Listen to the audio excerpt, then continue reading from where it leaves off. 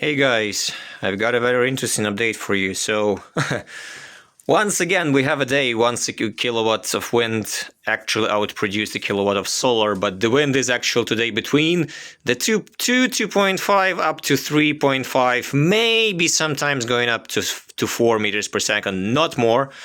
The sun is always cloudy today, and actually this controller, where the FT2000 L2 sits, the 3.2 diameter, produced today something, but very, very little. Let me scroll down to show you how much exactly. Yeah, that was it. 143 watt hours. That's for a day. And the result is kind of awful. That's because mainly this controller is good if not is used with the boost model. It's good if it's used with the buck model. I mean, it has both inside, but eventually you better have to have a high voltage wind turbine, and then it will work much better. In contrary, let's go and check how my 1 kilowatt wind turbine worked out this day. I removed it from this controller and put it on this one. So let's give it a proper check. This is what's going on right now. You see, that's the production we see right now, exactly at the same moment, at the same time, at the same wind. And for the whole day, 370 watt hours. That's a hell lot of a difference. How 1 kilowatt wind turbine outproduced 3 times 2 kilowatt wind turbine. The difference is only in controller. And to give an example, here is what the kilowatt of solar produced, 150 watts, right? So literally, I mean, well, you see it yourself, 40, 50, 60. These are the watts that the realistic watts that this controller is dragging out of this wind turbine. This is the wind. And these are the watts that this controller can take out from the 2 kilowatt wind turbine. That's the difference. That's why in a week approximately I will be changing this controller to LHCM, the Chinese one. The one that is MPPT and the one that has a proper boost model.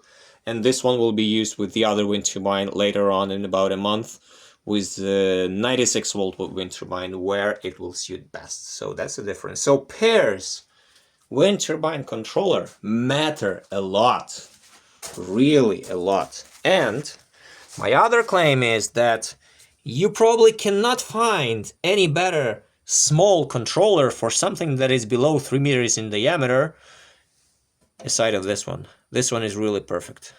So far, I am happy with how it works on any winds. On any wind turbine, and it had seen like 4 different wind turbines.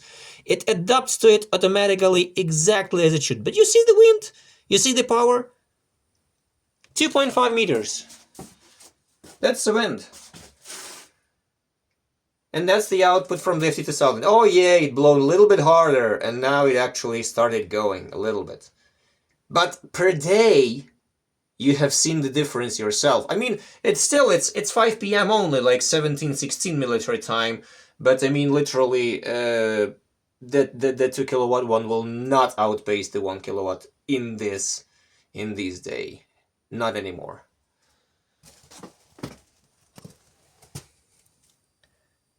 Literally. That's insane difference. Just one controller, like. I mean, this one is good, but this one is probably not good enough for the wind turbine I have. So probably I have to have, again, a little bit more high voltage one. But this one with its boost model works absolutely perfectly. Absolutely amazing. So anyways, you got my claim.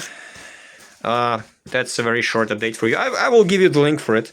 Because literally, you cannot find anything better for the price. Absolutely not. Never. This one is less for the smaller wind turbines, up to 2.1 meters in diameter. This one is okay, but this one is just so much better. The difference in price is literally nothing, like, absolutely. And, like, don't go for this one if you can get this one.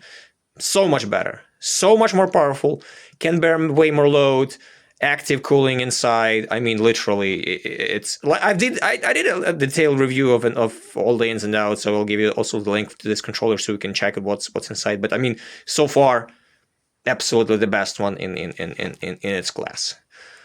Anyways, have nice wins, guys, and see you later.